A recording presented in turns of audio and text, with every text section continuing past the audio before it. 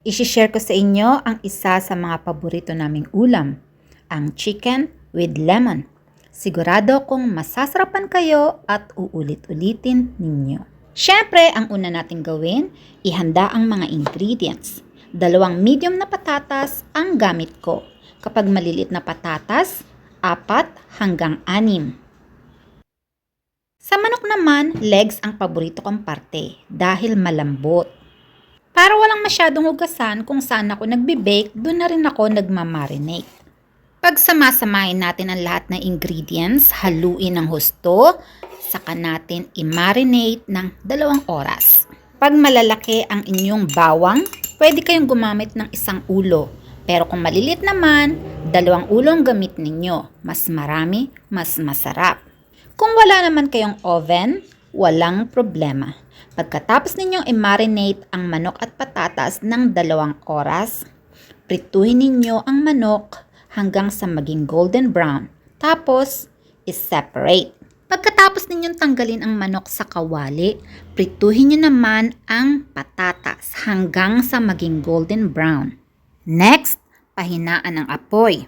Ibalik ang napritong chicken sa same na kawali para magsama-sama ang fried chicken at fried potatoes at dagdagan ng konting tubig. Isama nyo rin ang naiwang katas na inyong pinagmarinitan para mas masarap ang lasa.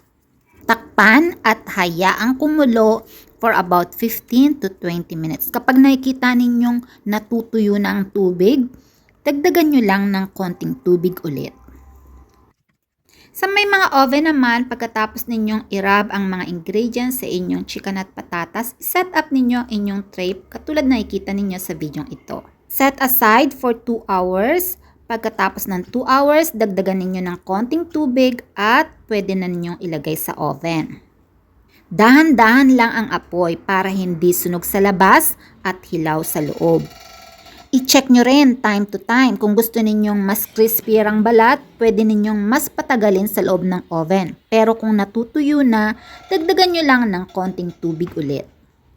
Ito na ang ating final result. Nakikita nyo naman.